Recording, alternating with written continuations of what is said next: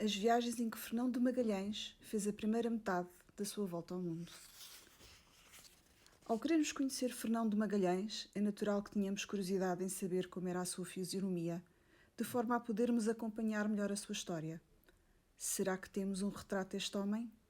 Admitimos que sim, que vamos passar a ver. Comemoram-se os 500 anos da descoberta do Estreito de Fernão de Magalhães, que modificou por completo a concepção que existia na altura de como era o mundo.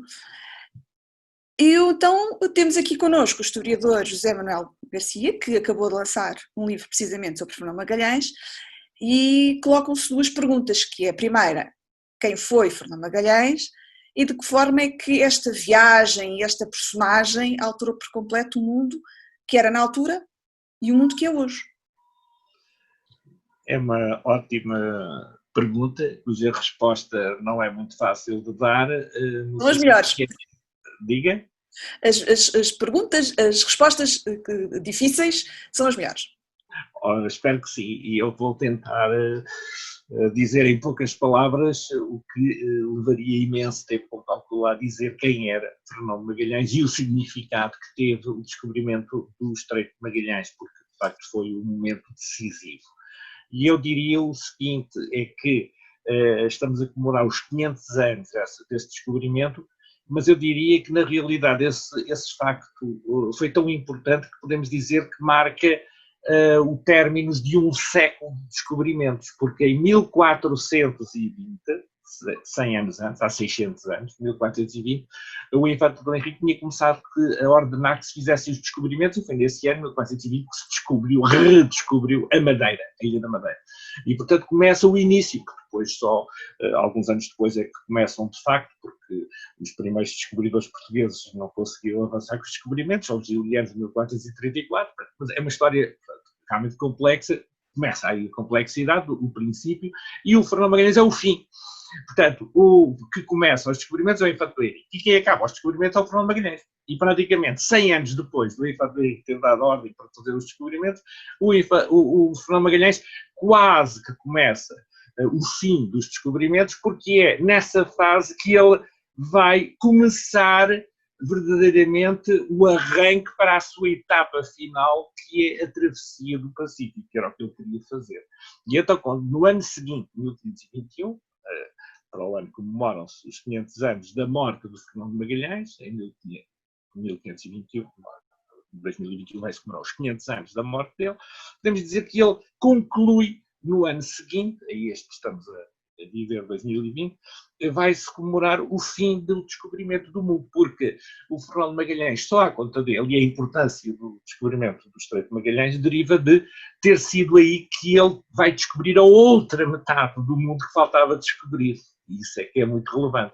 Portanto, este homem, o Fernão de Magalhães, a responder, e antes de avançarmos depois com o significado do descobrimento, mais aprofundadamente, diria que o Fernão de Magalhães é um fidalgo da Casa Real, era um fidalgo que nasceu no Porto, na cidade do Porto, tal como o infante Dom Henrique também tinha nascido na cidade do Porto. É uma coincidência que eu gosto sempre de relevar, evidentemente levar algumas polémicas sobre onde é que Fernão Magalhães teria nascido, mas eu pessoalmente não tenho dúvidas que nasceu no Porto. Não se sabe a data bem em que ele teria nascido, provavelmente 1480, mas não sabemos ao certo, mas sabemos que ele realmente era do Porto, dizia-se que era vizinho do Porto, era natural do Porto, e depois, no entanto, foi para Lisboa, viver para Lisboa, foi de Lisboa que ele foi para a Índia, em 1505, andou no Oriente todo, o Oriente desde a Índia até às Molucas do Sul, na Indonésia, andou por todo o Oriente até 1513, regressou a Lisboa em 1513, e então começou aí, passar algum tempo, a começar a criar o seu projeto de fazer um outro descobrimento das Molucas de uma forma diferente daquela que tinha sido concebida inicialmente pelos portugueses, que tinham realmente ido em 1512 às Molucas, em que o Fernão Magalhães também foi. Portanto, podemos dizer que é um fidalgo aventureiro, um fidalgo ambicioso, um fidalgo com muita experiência de navegação,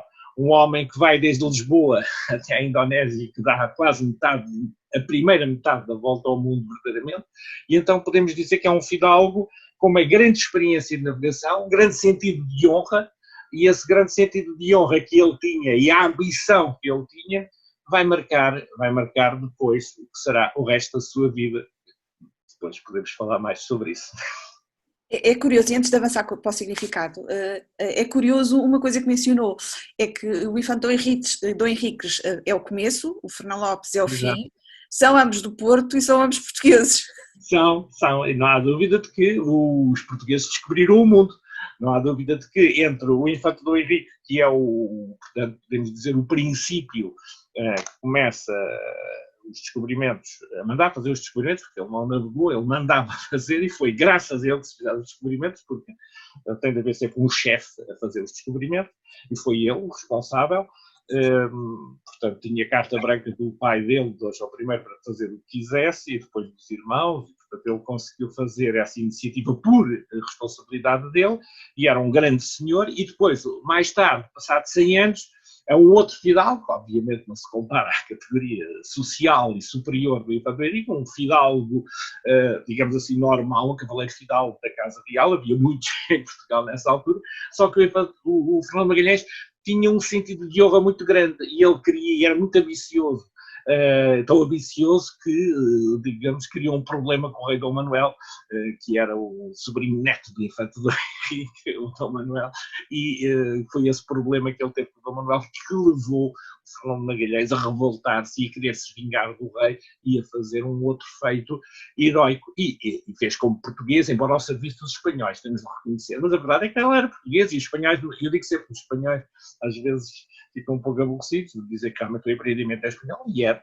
foi os espanhóis que fizeram, mas foi o português que fez, porque os espanhóis não eram capazes de fazer. E eu digo sempre isto porque é verdade, porque senão tinham os espanhóis feito, não precisavam do português, não é? E por isso é que eu digo que foram os dois portugueses decisivos no início e no fim do descobrimento do mundo, e o mundo ficou descoberto com a viagem de Fernão Magalhães. Mas isso é engraçado porque havia uma eterna rivalidade entre Castela e Portugal, mas havia também uma miscelânea, porque havia cartógrafos, havia navegantes portugueses nas expedições espanholas. Portanto, sim, sem dúvida. Nós também temos a nossa cota-parte de glória na glória de Castela. Claro, nós os portugueses, há 500 anos, estávamos na vanguarda do conhecimento científico. Os nossos pilotos, os nossos fidalgos que faziam os descobrimentos, estavam muito à frente, não é? Podemos dizer mesmo que o próprio Cristóvão Colombo, o famoso Cristóvão Colombo, que era um genovês aventureiro, que veio para Portugal em 1476 e depois saiu de Portugal em 1485. Ele formou-se em Portugal com os portugueses, com as navegações portuguesas. Ele era um homem com muita experiência de navegação com os portugueses, mas porque o Dom João II não o apoiou na sua viagem de querer ir à Índia rumando para o Ocidente, ele foi-se pôr ao serviço dos espanhóis. Quer dizer, se o rei Dom João II tivesse dado autorização ao Cristóvão Colombo para fazer a sua viagem para o Ocidente, ele tinha descoberto a América para os portugueses, mas não, descobriu para os espanhóis porque não foi aceito. Depois, mais tarde, o Fernando Magalhães também tem um projeto, mas neste caso era um projeto já diferente do Cristóvão Colombo, embora fosse uma espécie de continuação do Cristóvão Colombo, porque ia para o Ocidente, não é? Portanto, mas só que as características do projeto eram diferentes, já tinham um melhor conhecimento da realidade e a orientação também foi diferente. Mas, de qualquer maneira, ambos foram-se para o serviço dos espanhóis, podemos dizer, isso é igual. Voltando então um bocadinho atrás, falando do significado. O significado do descobrimento do Estreito de Magalhães é a chave do processo, porque o Fernão de Magalhães, verdadeiramente, até 1516, ele estava na expectativa de poder regressar às Molucas, onde ele já tinha estado em 1512, quando os portugueses descobriram as Molucas, que eram umas ilhas muito ricas na especiaria mais valiosa que havia na altura, que era o cravinho, valia muito mais que a pimenta, ou o gengibre, ou outros produtos que havia na Índia, portanto, e só havia nessas ilhas Molucas. E ele tinha ido a essas ilhas, são muitas ilhas, as ilhas Molucas, hoje é difícil perceber o que eram as ilhas Molucas, mas as ilhas Molucas são muitas ilhas. Ele tinha estado numas ilhas do sul, que era o fim da Indonésia, essas ilhas Molucas, mas não chegou bem a ir às ilhas onde havia bem as especiarias, que eram as Molucas do Norte. Portanto, e por isso é que às vezes a história é um bocadinho difícil de explicar, porque o que é que ele queria fazer? Ele queria ir às Molucas do Norte. Ele tinha estado nas Ilhas Molucas do Sul, onde não havia a tal especiariazinha, que é aquela coisinha Ir que se chama... à origem. À origem. Ele queria ir à origem, mas queria ir ter com o seu amigo Francisco Serrão, que tinha sido o primeiro a conseguir chegar a essas ilhas, com umas aventuras fabulosas, esse Francisco Serrão, e que depois foi lá para essas ilhas das Molucas do Norte, da Fio ao Carabinho, e não quis sair de lá. E então convidou o seu amigo Fernando Magalhães, vem ter comigo. Ele escreveu-lhe uma carta em 1514, vem ter comigo, isto é muito bom, é muito rico, podes enriquecer aqui. E o Fernando Magalhães queria ir ter com ele, por Oriente, pelos portugueses. Os portugueses iam pela Índia, pela Malaca, iam fazer uma viagem que demorava mais de um ano, e lá chegaria. Só que o Dom Manuel não o autorizou a ir por Ocidente, por Oriente, então o Fernando Magalhães decidiu vingar-se do Dom Manuel. Disse, você não me deixa ir ter com o meu amigo Francisco Serrão por Oriente, pela Índia. Nem me dá um aumento. O Fernando Magalhães queria um aumento de 100 reais por mês no seu salário, ficou muito aborrecido com o rei Dom Manuel porque não lhe deu o aumento, não me deixa ir. Então, deixe-me ir pôr-me ao serviço dos espanhóis. Pode ir à vontade, disse o Dom Manuel. Só que o Dom Manuel não pensou que ele ia pôr-se ao serviço dos espanhóis para lhe explicar um outro caminho que era por Ocidente, porque os espanhóis é que controlavam os caminhos para o Ocidente do sul do Brasil. E então o Fernando Magalhães disse, eu vou procurar um caminho que chega às Molucas, não pelo lado português, que era da Índia, o Oriente, mas pelo Ocidente, pelo lado espanhol. E então ele disse, vou pelo Brasil, vou descobrir junto do Rio da Prata, que lá deve haver uma passagem do Rio da Prata, que dá acesso pelo Pacífico para o Ocidente, para ele conseguir chegar às Molucas e ter lá com o seu amigo que estava à espera dele, o Francisco Serrão. Só que ele chega ao Rio da Prata, em 1520, e não encontra, porque o Rio da Prata é um rio muito grande, mas não dá ligação ao Pacífico. E então ele tem de ir para sul do Rio da Prata, com muito sacrifício, porque para sul do Rio da Prata havia o inverno, as condições de navegação não permitiam, ele teve de esperar durante mais de 4 meses que houvesse bom tempo para ele continuar a viagem, para descobrir a ligação que passava pelo sul da América, de forma a conseguir chegar ao Pacífico, que nunca ninguém tinha descoberto. E então ele conseguiu finalmente, no dia 21 de outubro, depois de mais de 4 meses, em condições terríveis de esperar no meio do frio, do gelo, umas condições horríveis, ter ultrapassado revolta, umas situações incríveis que ele teve de viver, mas ele com a tenacidade, com a força que ele tinha, com a decisão, ele tem de conseguir, ele estava disposto a ir, repare bem, isto é uma coisa incrível, dizer, eu vou até aos 75 graus sul, que é quase na Antártida, e então ele voa até ao fim do mundo para conseguir encontrar o estreito, mas hei de encontrá-lo. Felizmente que ele não teve de ir até aos 75 graus, foi até aos 54 graus, que é no Estreito de Magalhães. E então ele conseguiu descobrir o Estreito de Magalhães, o chamado Cabo das Virgens, que é no dia 21 de outubro, por isso é que se chama o Cabo das Virgens, das 11.000 virgens, e então ele chegou ao Cabo das Virgens e lá conseguiu, é aqui. E então, depois de começar a tentar ver se era por ali, se não era por ali, porque já tinham tentado desde o Rio da Prata até chegarem ao Estreito de Magalhães, não conseguiram encontrar, até que lá conseguiram, que lá era uma estrada, era um estreito muito fino, muito delgado, era mais ou menos a distância que vai desde Belém para a Trafaria. Portanto, a ver, é uma distância de entrada do Estreito de Magalhães muito pequena, era mais ou menos quase como de Belém à Trafaria. E depois, mais tarde, aquilo alarga-se. Depois do Estreito de Magalhães, umas vezes é estreitinho, outras vezes é muito largo, são 600 quilómetros, é a distância quase da costa portuguesa, desde Sagres até Caminha, mais ou menos essa distância, o Estreito de Magalhães, só que era muito, muito frio e era muito difícil de fazer, mas ele lá conseguiu fazer, durante o mês da exploração, do Estreito de Magalhães, que ficou com o seu nome, que eles tinham chamado o Canal de Todos os Santos, porque ele começou a exploração no dia de Todos os Santos, e então, portanto, mas depois ficou com o seu nome, Magalhães. Mas foi graças à sua tenacidade incrível que ele conseguiu fazer a ligação para o outro lado. E depois de conseguir fazer essa ligação para o outro lado do Pacífico, ele então aí teve outra coragem incrível, foi avançar para um mar desconhecido, que ele já supunha que seria enorme, e então essa travessia do Oceano Pacífico, esse oceano que nunca ninguém tinha atravessado, porque o Oceano Pacífico só era conhecido na zona do Panamá, e no Panamá, na América Central, e era conhecido nas Molucas, onde o Fernão Magalhães já tinha estado no Oriente. Portanto, era preciso unir o Ocidente e o Oriente, mas não se sabia bem a dimensão do Oceano Pacífico. Ele teve a coragem de fazer, com bom tempo, felizmente para ele, conseguiu fazer em 3 meses essa viagem, que foi incrível, tiveram muita fome e passaram muitos problemas, mas ele conseguiu, assim, acabar de dar uma volta ao mundo. Sim, porque quando ele começou nessa parte, ele não sabia se iria precisar de um dia, um ano, se não iria ter fim. Ele não sabia, ele realmente acreditava que teria de enfrentar o desconhecido. Eu estou convencido, há noção de que ele teria uma dimensão, que sabia mais ou menos a dimensão do Pacífico, que era muito grande, porque há um mapa que ele tinha mandado fazer quando começou a viagem em 2019, e a gente viu no mapa que ele tinha mandado fazer que ele sabia que aquilo era muito grande.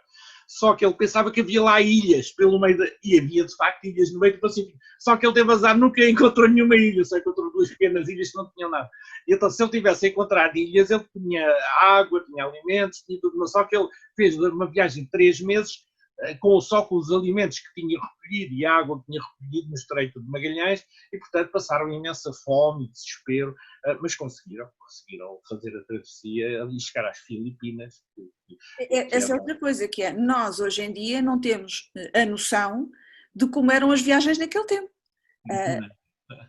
Quer dizer, a nível de comida, de água, doenças, a instabilidade dos navios, a sua fragilidade face às intempéries. Não temos noção, eu não consigo sequer imaginar, porque nós temos de imaginar um navio com cerca de 50 e tal pessoas que tinha uma dimensão de 25 metros. Ora, se a gente consegue mais ou menos calcular 25 metros, que é muito pouco, e pôr lá 50 e tal pessoas, isso é 25 metros, durante meses e meses, já é complicadíssimo. Depois a seguir, estão presos, é uma prisão de 25 metros, que é uma coisa que eu já vi, que é 25 metros, e já consegue imaginar, é uma coisa incrível. E depois a seguir os alimentos, tem o problema do condicionamento da água ou do vinho, que é tudo muito bem medido, e depois tem, sobretudo, um biscoito duro, um pão duro para comer, e tem carne salgada, e tem, de vez em quando, conseguem pescar, mas é só de vez em quando, é muito duro, e além da dureza, tem as tempestades, tem as doenças, depois não tem vitaminas, depois começa o escorbuto, e depois a água estraga-se, depois o pão estraga-se. A marcação é autêntica casquinha de nós, ali no meio. É uma casquinha de nós, literalmente, porque se tudo corresse bem, se não houvesse tempestades, eles lá conseguiam ir, mas havia as tempestades, que era sempre uma complicação. Depois havia uma variação muito grande de tempo, ora havia muito calor, ora havia muito frio. Ele, por exemplo, ele atravessa o Equador com muito calor, depois a seguir vai para o sul da Argentina com muito frio, com gelo, com 0 graus, ou mais abaixo de 0 graus, fica congelado praticamente os navios. É muito difícil. Além do mais, ainda tem outra coisa que também é aborrecida, que eram viagens muito monótonas. Se o tempo estava bom e se tudo dava a andar bem, mas uma pessoa só a ver água todos os dias, meses e meses, tem, além do sacrifício, da dor, do mal, do pouco espaço, de tudo, mas eles conseguiam porque tinham um objetivo, que tinham de conseguir chegar, temos de reconhecer um pouco na ganância, de conseguir chegar a um objetivo que era encontrar a riqueza das especiarias, que eram valiosíssimas naquele tempo. Mas essa descoberta depois trouxe umas rivalidades extras entre Portugal e Espanha. Sim, porque começaram as dificuldades logo à partida, porque já tinha havido uma definição de uma rivalidade anterior, quando o Cristóvão Colombo descobriu a América. O Dom João II dizia que a América era dos portugueses, que não era dos espanhóis. Depois andaram a discutir os portugueses e espanhóis, o rei Dom João II com os reis católicos, Fernando e Isabel, de Espanha, e depois lá fizeram um acordo que era o Tratado de Tordesilhas. Em 1494, os portugueses e os espanhóis dividiram o mundo ao meio, 370 léguas. ocidente de Cabo Verde, das ilhas de Cabo Verde, havia uma linha que era estabelecida aí, passava mais ou menos onde é hoje o Amazonas, Belém do Pará, no Amazonas, passava por aí uma linha, tudo o que era para o Oriente era dos portugueses, tudo o que era para o Ocidente era para os espanhóis. E Só o que Magalhães veio fazer aqui umas confusões. porque depois não se sabia no fim onde é que o outro lado ia parar, porque eles só estavam com aquela coisa da América, só depois, a pouco e pouco, é que, espera aí, então e o outro lado? O outro lado do mundo. Porque os espanhóis estavam convencidos que as Antilhas, a América, era a Índia. Quando se foi assinado o Tratado de Tordesilhas, eles estavam convencidos, totalmente o Cristóvão Colombo. Isto chegou à Ásia, à China, ou ao Japão, uma coisa qualquer que ele pensava que era a Índia. Não, o Cristóvão Colombo, dizem, e é possível que seja verdade, que ele morreu em 1506, convencido que tinha chegado à Ásia. Nessa altura já os portugueses e outros italianos estavam, não, aquilo não é a Ásia, aquilo é outro mundo, é um mundo novo, é a América. E até houve um italiano que chamou lá, que, graças a esse americano, Américo Vespucci, e começou-se a chamar América aquilo, e os portugueses eram mais do Brasil, do mundo novo, e lá se conseguiu perceber. Então, afinal, não era ali que estavam as riquezas. Os portugueses é que eram mais espertos, com o Vasco da Gama, lá descobriram a verdadeira Índia, Da Índia. na Índia, que era a Índia, onde havia especiarias, riquezas, etc. E os espanhóis, ao princípio, não apanharam nada, quer dizer, realmente aquelas terras de Cristóvão Colombo, aquilo não interessava nada. Aquilo não tinha ouro, não tinha especiarias, não tinha coisa nenhuma. Depois, mais tarde, é que eles vão descobrir o México, em 1519, também há 500 anos, descobrem o México e há ouro e começa a haver riqueza. Mas, ao princípio, os espanhóis não tinham nada. E então queriam ir para o outro lado da América, ir para o Pacífico e descobrir, mas não conseguiam, nunca conseguiram ir. Foi graças ao Fernão Magalhães que eles conseguiram então dar a volta, neste caso pelo sul, porque pelo Panamá, que era estreito, mas mesmo assim não conseguiam passar os navios pelo Panamá, não havia estreito de Panamá. Mas isso colocou a incógnita das terras que ele descobriu, afinal, pertenciam a quem? Exatamente, o debate era, porque era muito difícil do outro lado do mundo calcular aquilo que a gente chama a longitude, porque a latitude norte-sul é fácil de calcular, com os astrolábios e tal, eles conseguiam controlar e saber quando é que estava a latitude, e não havia problema norte-sul, eles sabiam bem, com os astrolábios conseguiam saber. Agora, longitudes, não havia instrumentos para medir as longitudes, o leste-oeste, portanto não conseguiam. O Fernão Magalhães, com o seu saber e com os cartógrafos e outras pessoas, diziam, bom, as Molucas estão do lado espanhol. E então ele dizia que estavam do lado espanhol. Os portugueses diziam, não, está do lado português. E o Fernão Magalhães, quando chegou lá às Filipinas, ele terá percebido, segundo se pode deduzir do piloto Francisco Alves, que é o Fernão Magalhães, que ele teria percebido de facto que as Molucas estavam do lado português. Só que os espanhóis continuaram a dizer que, convinha-lhes, que era muito difícil de medir a longitude, continuaram a dizer que aquilo era espanhol, e então andaram a discutir. Então teve de se fazer um novo tratado, o Tratado de Saragoça, em 1529, em que os espanhóis, mediante uma indemnização que Dom João III teve de dar ao Carlos V, 350 mil ducados, que era muito dinheiro, 350 mil ducados, eles deram em 1529 esse dinheiro ao Carlos V, precisava muito dinheiro para fazer as guerras na Europa, etc. E então o Carlos V disse, bom, então está bem, vocês fiquem lá com as Molucas, com o caravinho. Eu fico com o dinheiro. Eu fico com o dinheiro. E então esse tratado reconhecia que as Molucas eram dos portugueses, e de facto eram mesmo. Só que, de facto, era muito difícil, não é? Como hoje temos GPS, temos orientação, que a gente consegue controlar as distâncias e sabe onde é que eles estavam. Na altura eles não sabiam bem. E por isso é que havia esse debate. E os mapas portugueses diziam que as Molucas eram do lado português, os mapas espanhóis diziam que as Molucas eram do lado espanhol, porque na América era fácil. Agora, do outro lado do mundo, era muito difícil. E então, porque o mundo... E mesmo assim, quer dizer, o Fernão Magalhães, por isso é que eu digo sempre que realmente é fantástico, que ele descobriu metade do mundo, porque desde o Rio da Prata, onde ele começou a descobrir, até chegar às Filipinas, são 20 mil quilómetros. Eu já estive a fazer as contas, mede no Equador, entre o Rio da Prata e as Filipinas é 20 mil quilómetros. A circunferência do mundo tem 40 mil, portanto, ele, à conta dele, descobriu metade do mundo. Portanto, isto é fantástico, porque ninguém tinha uma noção de que o Pacífico era tão grande. Ele tinha um cálculo, mas não se provou. E ele provou porque esteve lá, navegou com muita dificuldade, porque antes disso havia cálculos, mas era tudo teoria. Agora, geralmente, a maioria das teorias diz que o mundo era mais pequeno, o Estreito, que o Pacífico seria mais pequeno. Não, o Pacífico era muito grande e foi ele que o provou, com o seu sacrifício. O título do seu livro chama o Fernão Magalhães de Herói, Traidor, Mito. A parte do herói já percebemos, ele realmente fez um feito, houve aqui todo, ele fez algo inédito, algo que ainda hoje é admirável. Traidor, estas inconsistências, este aumento de rivalidade entre Portugal e Espanha. E o mito? Bom, ele não há dúvida de que nós hoje vemos-lo como um herói, porque uma pessoa que faz uma viagem destas e que faz um projeto grandioso e que consegue dar a volta ao mundo, primeiro pelos portugueses e depois pelos espanhóis, é uma coisa fantástica, permitir que a gente conheça o mundo tal como ele é, só um herói, com a tenacidade, porque ninguém mais tinha a tenacidade e a coragem e a resistência que ele tinha, não conseguia fazer. Depois, não há dúvida que ele foi, nessa perspectiva do Dom Manuel, ele acabou por ser um traidor, e os comunistas, etc., são um traidor, porque ele foi contra o chamado rei natural. O rei natural era o Dom Manuel, e ele foi contra os seus interesses. Ele não estava, o Dom Manuel podia deixá-lo ir, e havia portugueses que iam se pôr ao serviço dos espanhóis, como havia espanhóis que estavam ao serviço dos portugueses, portanto não havia nenhum problema. O problema é que eles não iam contra os interesses nem do rei espanhol, nem do rei de Portugal, e o Fernão Magalhães foi contra os interesses do Dom Manuel, daí foi acusado de traidor, embora em Portugal sempre se reconheceu que foi um feito fantástico que o Fernão Magalhães fez, só que foi contra os interesses, daí o próprio Luís de Camões deu a entender que ele era traidor, apesar de ter feito um feito que honrava aos portugueses, mas foi um traidor contra o seu rei.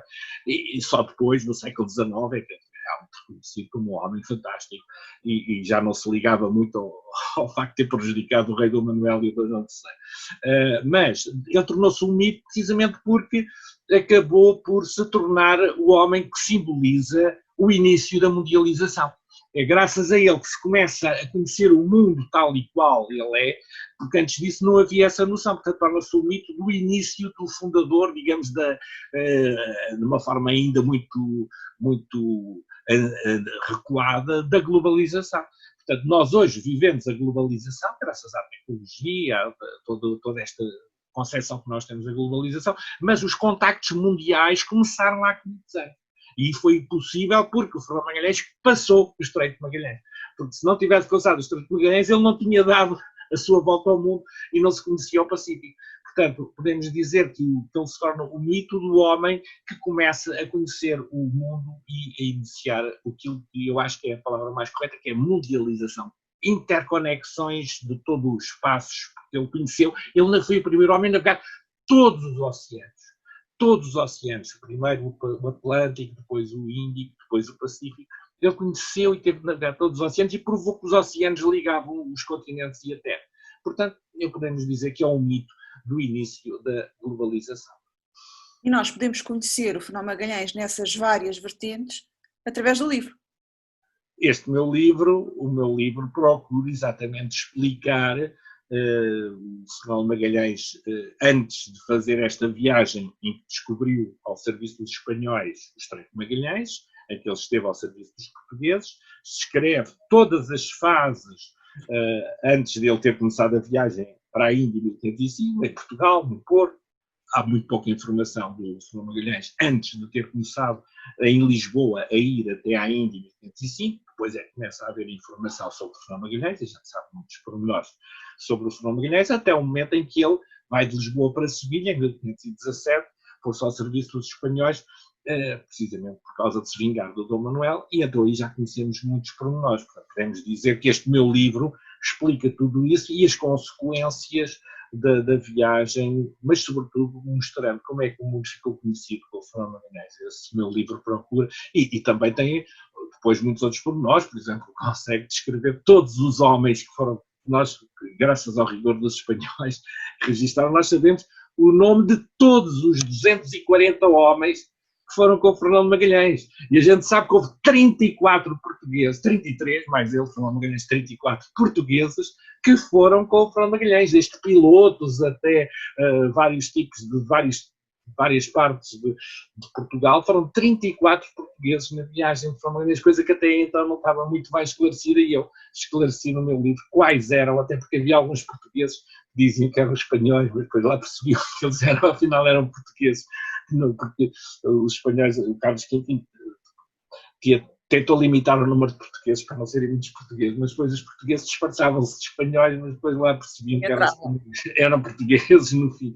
Mas é um fenómeno curioso também, que eu também assinalo, descrevo como é que se preparou a viagem, etc.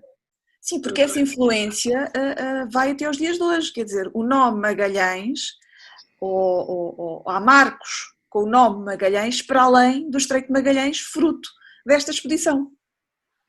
De Magalhães, desculpe, não percebi. Há marcos, há sondas com o nome de Magalhães. Sim, depois. Há marcos que têm o nome de Magalhães. Exatamente, ficou um símbolo que foi utilizado em GPS, em sondas, portanto, os americanos, nesse aspecto, digamos, honraram bem o espírito de descobrimento que está por trás do fenómeno de Magalhães, e é muito bom esta ideia de associar a coisas modernas. É quase como que uma continuidade dessa expedição. Só há 500. Exatamente, é um pouco essa ideia de que hoje em dia continua-se a descobrir a Terra, o mundo, o universo, continua a ideia do descobrimento. Tem uma particularidade, é uma espécie de um especialista em Fernão Magalhães, porque não é o seu primeiro livro sobre este navegador. Não, já tinha escrito um em 2007 e foi o último descobridor que eu comecei a descobrir, porque verdadeiramente antes disso já tinha descoberto o Vasco da Gama, o Pedro Álvares Cabral, e portanto tinha dedicado ao estudo, e depois também ao próprio Afonso de Albuquerque, que não era um descobridor, mas que era uma figura fantástica. Portanto, eu acho que as pessoas de grande valor e de grandes descobridores, nomeadamente, devem ser estudados exaustivamente. Por isso é que eu digo também, e chamo a atenção, que estamos a viver em 2020, infelizmente, e destas circunstâncias em que vivemos, não se fala muito nisso, mas foi há 500 anos, quando o Fernão Magalhães estava a descobrir o Estreito de Magalhães, que morreu o Pedro Álvares Cabral.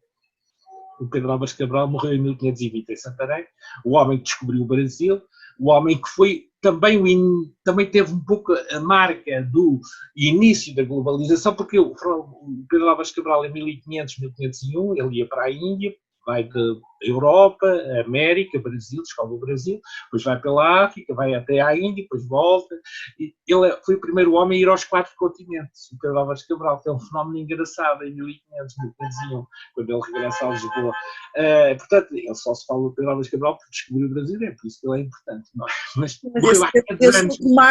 esse outro marco do início da globalização. E infelizmente ninguém está a falar no Pedro Álvares Cabral. E eu escrevi um livro que se chama precisamente Pedro Álvares Cabral, o primeiro homem a ir aos 4 cantos do mundo, precisamente para chamar a atenção da importância de Pedro Álvares Cabral, tal como inicialmente o Vasco da Gama descobriu o início da ligação direta entre a Europa e a Índia. Portanto, é a era gâmica, a era de Vasco da Gama.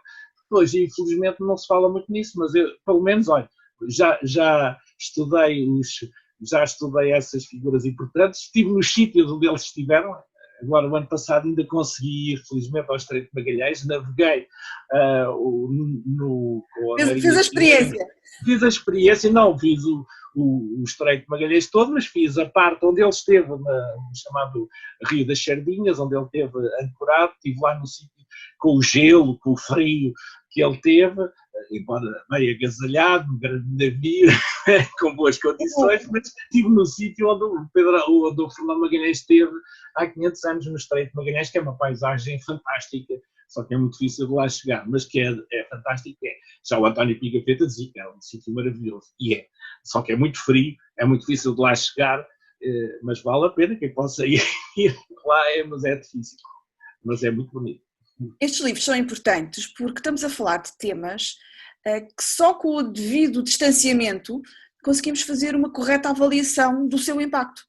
Sem dúvida, porque eu penso precisamente por isso é que as comemorações são tão importantes, porque permitem, com distâncias tipo 500 anos ou 600 anos, avaliar de uma forma que não é dizer que é traidor, que não é traidor, quer dizer, portanto, perceber o que é que está por trás. Temos de analisar muita documentação, perceber, relacionar os factos e tentar, objetivamente, mostrar como é que as coisas se passaram, mas o distanciamento é muito importante. Eu, por exemplo, estar a fazer uma história, tipo o 25 de Abril, podia ser suspeito, porque realmente podia gostar do 25 de Abril, podia não gostar do 25 de Abril, podia ver o 25 de Abril de uma maneira. Fernando Magalhães, há já um certo consenso que não há problemas, embora às vezes há pessoas que também fazem um bocado de facciosismo, mas nós podemos ultrapassar esse facciosismo com o rigor da ciência histórica. Por isso é que eu procuro sempre ser rigoroso na informação e está tudo fundamentado, não invento nada. Está tudo baseado na documentação. Sim, o rigor das fontes é extremamente importante. Exatamente. Muito obrigada por esta conversa, que acaba por ser uma meio conversa, meio aula. Aquele ditado que diz que nós estamos sempre a aprender é verdade. E olha, boas leituras e que venham mais livros.